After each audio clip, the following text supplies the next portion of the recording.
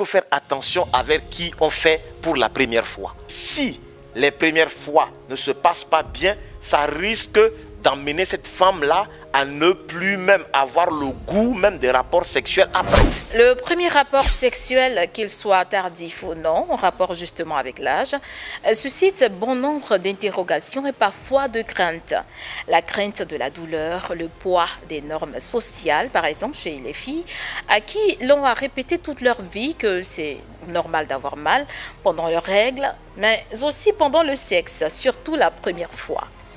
Et comme l'autre le disait, la sexualité, c'est comme le vélo. Ça ne s'oublie pas, mais on reste imprégné des expériences passées et des craintes associées.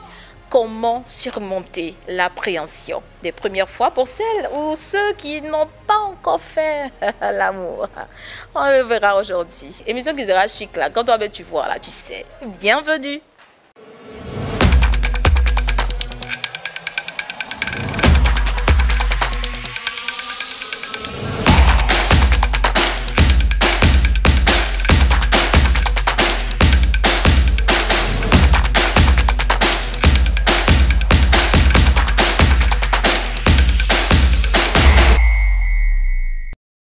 Alors, c'est tout un plaisir d'être encore en votre compagnie. Vous l'aurez compris, le sujet était donné en amont. Comment surmonter l'appréhension des toutes premières fois? Toute première fois, là, c'est la première fois lorsqu'on passe à l'acte. Voilà, le rapport sexuel. C'est de cela qu'il s'agit. Et nous recevons le professeur Rupon Bombaye-Jacques, naturothérapeute, sexologue, nutritionniste, chromothérapeute, plusieurs cordes à son arc. On est toujours heureux de le recevoir sur le plateau. Professeur? Oui. Encore bienvenue. Merci. Alors, j'avais bien envie de poser la question, mais ça fait un peu indiscret quand même. Ah ben non. Pour la première fois du professeur. Ah ben écoutez... Il n'y a pas une appréhension. Lorsqu'on parle de première fois, toujours c'est quoi? Il y a excitation, il y a curiosité, parce qu'il va falloir découvrir quelque chose en fait, une chose nouvelle. Il y a également parfois angoisse. Pourquoi angoisse? Ben, qu'est-ce que je vais regarder? Est-ce que je vais être à la hauteur? Est-ce que ça va être doux? Est-ce que j'aurai mal? Bon, en fait, il y a plein de questionnements. La tête est remplie des choses. Et donc, voilà, c'est un mélange de tout. Mais est-ce que ça ne vient pas de nos rapports dans la société? Par exemple, pour nous les filles, ta camarade qui a déjà fait là, elle te dira, ça fait mal, hein? Oui. Ouais, ça fait mal, c'est douloureux. Exactement. Ta maman, elle te dit pas, pour nous, voilà, elle nous disait dans le temps, si tu as eu un rapport sexuel, tu vas contracter une grossesse. Tout ce que nos parents nous disaient. Exactement. Mais les camarades nous disaient, ouais, ça fait mal. Mais exactement, on est dans un monde où les partages d'expériences et l'éducation qu'on reçoit, on nous dit que parfois c'est une éducation qui nous amène à avoir peur. Parce qu'on veut nous protéger à le faire normalement. Et donc, l'autre aussi, on a des amis qui ont expérimenté et qui nous disent que non, c'est doux, ça fait mal. Donc, en fait, on est dans un environnement où on ne sait plus... Tout est mitigé. Tout est mitigé. On se dit, il faudrait quand même que peut-être que j'essaie pour moi-même expérimenter cela. Donc, du coup, avant de passer parfois à l'acte, on se dit, est-ce que je suis en train de bien faire? Est-ce que ça va être bien? Est-ce que je serai à la hauteur? Donc, c'est un mélange de panique, de joie. C'est plein de choses qui se passent à la tête. C'est aussi ça, au fait. Mais comme tout est expérience, il va falloir... Et les ressentis de l'homme et de la femme pour passer à l'acte les premières fois ne sont pas les mêmes. D'accord, dites-nous. Chez l'homme, c'est beaucoup plus... Il vient parfois comme un guerrier, ouais, en se disant que... le tueur oui, prive, donc hein. je vais maintenant être homme, et donc il faut que j'expérimente. Alors que la femme, pour sa première fois, parfois, elle a plus de peur. Surtout lorsqu'elle est encore peut-être vierge, ou encore l'hymen est là. Elle n'a jamais connu un homme. Et tout ce qui va avec. Donc, elle se dit, je risque d'avoir mal. Parce que le plus souvent, on dit que la première fois, si tu as encore l'hymen, tu risques de voir ton sang. Et donc, tout ça, on te présente quelque chose qui fait peur. Donc, la femme, la plupart des femmes, les premières fois, parfois, c'est un moment d'acte sexuel qui est fade. Parfois, qui est accompagné aussi en se disant que je vais me sentir sale. Ah. Oui, parfois je vais me sentir sale. Et puis parfois, elle sort de là aussi parfois traumatisée. Parce que c'est mal fait, hein? Oui, parce que si le partenaire, c'est quelqu'un qui ne sait pas écouter le partenaire. Parce que si tu n'écoutes pas et que la personne dit que non, je vais avoir mal, il faut, non, je ne veux pas. Et que tu n'écoutes pas le partenaire et puis toi, l'homme, tu dis non, il faut que je fonce simplement, sans toutefois je m'en fous de ce que la fille est en train de dire, la fille va se sentir traumatisée. Et si les premières fois ne se passent pas bien, ça risque d'emmener cette femme-là à ne plus même avoir le goût même des rapports sexuels après. Mais à vous entendre, professeur, est-ce qu'il faut préparer notre première fois? Exactement. Comment? Comment le préparer? En se disant avec qui je vais pour les premières fois. Est-ce que c'est avec quelqu'un que j'aime? Parce que c'est quelque chose qui va te marquer pour la vie. Justement. C'est pourquoi si tu fais les premières fois avec quelqu'un que tu n'aimes pas, tu vas sentir comme si tu es en train d'être violé. Et lorsque tu sens comme si tu es en train d'être violé et que la personne est complètement quelqu'un avec qui tu n'as pas véritablement de l'amour sincère, ça risque d'enlever l'envie de faire les rapports sexuels après. Donc il faut le faire avec la personne qu'on aime. Important. Il faut faire avec quelqu'un qu'on aime. C'est très important. Et puis, quelqu'un envers qui tu sais que quand tu te donnes, la personne ne va pas après aller aussi te rapetisser. Parce que le plus souvent, ce qui se passe, c'est que les gens, beaucoup de femmes se sont senties déçues parce qu'ils vont avec des hommes pour les premières fois, mais après, le monsieur va raconter cela dehors. Ouais, effectivement. Oui, j'ai couché, hein, j'ai couché avec telle personne et tout le reste. Donc, cette dame-là s'est sentie, c'est comme si j'ai donné ma virginité à un homme qui n'est pas à la hauteur. Et donc, véritablement, je considère les hommes comme des gens vraiment qui ne sont pas éduqués. C'est pourquoi il faut faire attention avec qui on fait pour la première fois. D'accord. Donc d'abord, regardez tous ces aspects-là. Mais il y a le contexte également, l'endroit. Est-ce qu'on doit choisir également l'endroit? L'endroit, il faudrait que ce soit un endroit qui sécurise le partenaire et surtout la femme. Parce qu'il ne faudrait pas que ce soit un endroit aussi trop compliqué où la femme va se sentir comme si elle est en insécurité. Il faut qu'elle se sente à l'aise.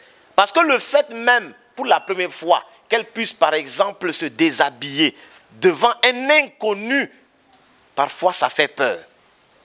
Se sentir nu l'un et l'autre pour une première fois, parfois, ça fait peur.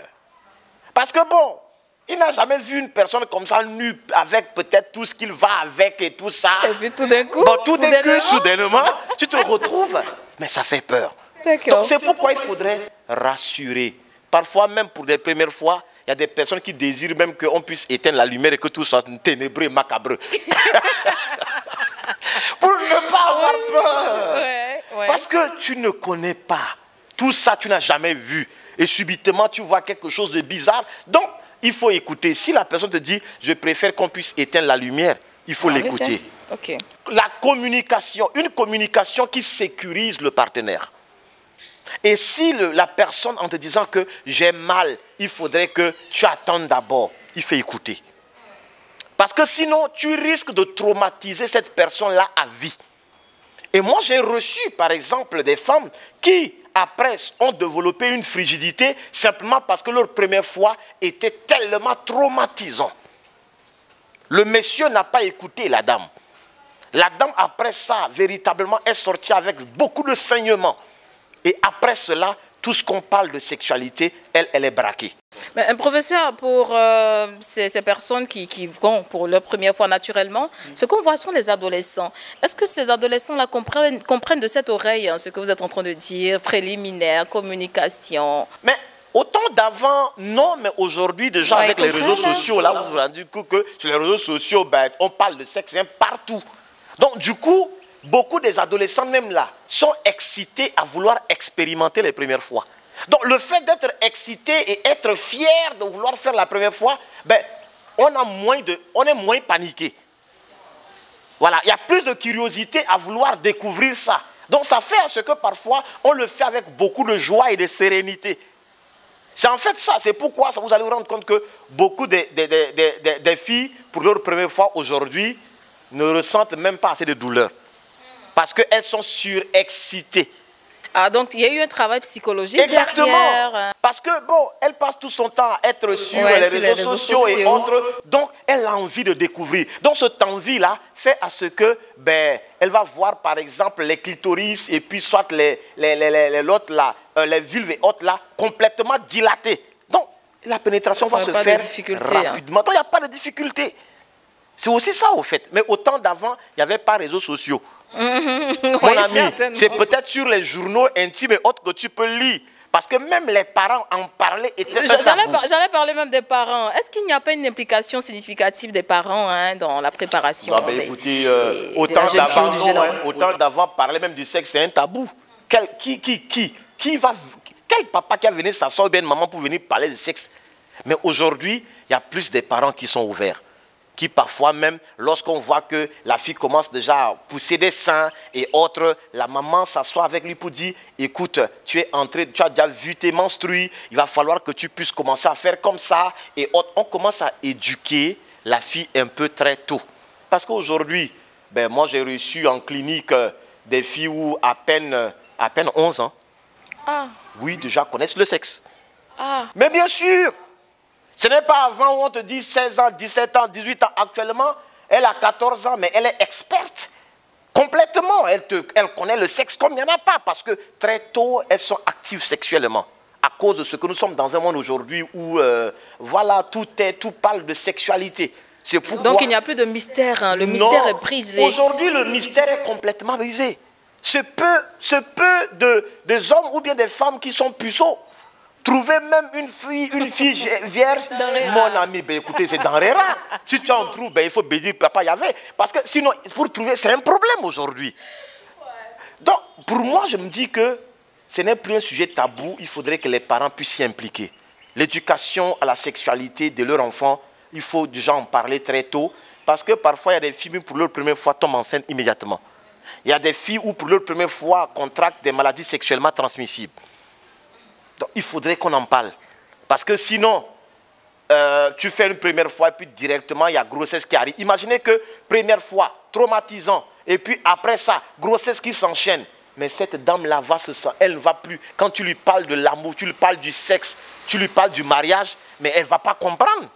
Mais comment l'aider, hein, cette personne qui a mal vécu la première fois? Il va falloir véritablement l'amener à reconsidérer c'est quoi le mariage, c'est quoi la sexualité, l'amener à revivre ces moments les plus difficiles et valider la souffrance, accepter que c'est une histoire de sa vie, ne pas ressasser ce moment douloureux. Donc c'est tout un accompagnement qu'on doit faire pour que la personne puisse accepter et reprendre véritablement une nouvelle vie. Voilà. Malheureusement, beaucoup de personnes vivent de ça et c'est difficile pour le partenaire parce que ça fait une relation, une sexualité fade dans le couple. Donc, il arrive par moments où, c'est vrai, on est dans la relation, on a encore les séquelles du passé. Mais bien sûr, est-ce que vous savez qu'il y a même des premières fois où c'est des personnes qui sont violées. Oui. Des premières fois où c'est l'oncle qui viole la fille. Ou bien soit c'est le papa qui viole. Et donc, c'est une première fois où la personne est complètement... on a enlevé la dignité de cette personne-là. Et quand c'est comme ça, il y a un travail qu'il faudrait faire. Et beaucoup de personnes aujourd'hui, comme moi, j'échange avec eux, où leur première fois, elles ont été violées. Et c'est des choses qui les marquent. Et quand c'est comme ça, il faut un temps pour qu'ils puissent véritablement extérioriser cela, pleurer, et puis faire le deuil de ce passé-là et passer à autre chose. D'accord. Professeur, je souhaite qu'on revienne rapidement sur les conséquences négatives qui peuvent découler en fait d'une première fois qui est mal faite. Vous avez parlé de la frigidité également. La frigidité, déjà, baisse de libido. Qu'est-ce qui va se passer? L'impact même sur le foyer. C'est-à-dire que pas une envie même de faire les rapports sexuels. Et voire même, un homme, parfois, c'est un dégoût. Parfois, la personne n'a pas envie. Hein. Du coup, et lorsque tu parles même, parfois, certaines personnes parlaient même du mariage et autres, il n'a pas envie de se marier. Ce qui peut découler souvent sur la masturbation oui, aussi. Et donc, parfois, ils préfèrent plutôt s'auto-satisfaire sexuellement que d'aller vers un homme. Parce que lorsque la personne, et surtout les femmes, elles se déshabillent, après, ça leur rappelle tout son passé qui a été difficile pour ses premières fois. Mais à vous entendre, on a l'impression que c'est juste au niveau de la femme. Est-ce que l'homme vit les hommes autrement? vivent, non, mais les hommes vivent, mais très difficilement. Vous savez que les hommes, eux c'est quoi? Ils sont des durs à cuire. Oui, lui, il préfère plutôt... lui préfère le fait d'aller et puis avoir une pénétration chez un homme. C'est-à-dire qu'un homme le fait pour lui, c'est ça qui le fait garçon. Donc les hommes ont moins de problèmes pour leur première fois. Il n'y a pas de traumatisme. Il n'y a pas assez de traumatisme. Hein. Mais les premières fois de certains hommes, c'est lorsque peut-être que les hommes aussi parfois sont violés. Oui. Oui, ben écoutez, moi j'en connais beaucoup des hommes où leur première fois, c'est une tante à la maison qui l'amène à vouloir coucher avec lui. Oui, c'est une cousine qui l'amène à coucher avec lui. Donc du coup, elle a fait, c'est-à-dire que le monsieur fait son première fois avec sa tante, ou bien son oncle, ou bien peut-être sa cousine. Donc quand c'est comme ça, mais le monsieur est traumatisé. Oui, j'ai entendu des histoires comme ça où oui. Le petit garçon, il a été dépucelé par sa tante. Exactement. Donc, ces relations qui ont suivi, il a voulu sortir avec des femmes plus âgées. Mais bien sûr, il préfère sortir avec des femmes plus âgées. Ou bien, parfois, peut-être que la première fois, et puis subitement, c'est avec la tante là seulement que pendant 5 ans, 10 ans, il va avec lui. Et quand c'est comme ça, la personne ne peut plus comprendre. La relation, lui, c'est avec les tantes, avec les cousines. Tout ce qui est à la maison, tout ce qui bouge, lui, il fait. Vraiment. Oui, mais quand c'est comme ça, il ne faut pas juger la personne. Il faut d'abord se poser la question, pourquoi la personne a de telles attitudes? Et lorsque tu creuses, tu te rends compte que ses premières fois, c'était avec une tante à la maison qui n'avait pas la possibilité d'aller dehors. Donc lui, c'est avec ses neveux qu'elle gère à la maison calmement. Et moi, j'en ai vu plusieurs qui, véritablement, et même, parfois, les premières fois, il faut faire attention. Parce que tu peux même être marié, ou bien soit tu es fiancé, et puis après, les premières fois, là, vous vous retrouvez quelque part, et puis, ça rallume encore tout. Donc, vraiment, c'est pourquoi je dis que les premières fois, il faut faire attention avec qui tu vas pour les premières fois. Ça te marque pour la vie. Vraiment. Professeur, on est en train de terminer un petit conseil à donner aux adolescents qui nous regardent, aux adultes même, parce qu'effectivement, hein, il y a certaines personnes à la trentaine, quarantaine qui n'ont pas encore eu leur première fois. C'est ça, à l'église, on dit de s'abstenir. Ce que moi je voudrais dire, c'est que lorsque tu dois faire l'expérience sexuelle, c'est quelque chose qui va te marquer pour la vie. C'est pourquoi il ne faudrait pas faire des choix qui vont après te traumatiser. Il faut se dire avec qui je dois aller pour les premières fois. Merci bien, professeur Rupu Mbamba-Jacques, sexologue. On a pris bonne note. On se retrouve très bientôt. Alors, comme le professeur Rupu l'a dit, hein, la toute première fois peut engendrer des résultats tant négatifs que positifs. Faites très attention, chers adolescents, chers adultes, mais surtout, connectez-vous, likez, partagez cette vidéo si effectivement elle vous a fait du bien. Et puis laissez un tout petit commentaire. Si vous avez des questions, hein, on va revenir avec le professeur pour vous répondre. Ne vous inquiétez pas, il est là pour vous. Big up, portez-vous bien.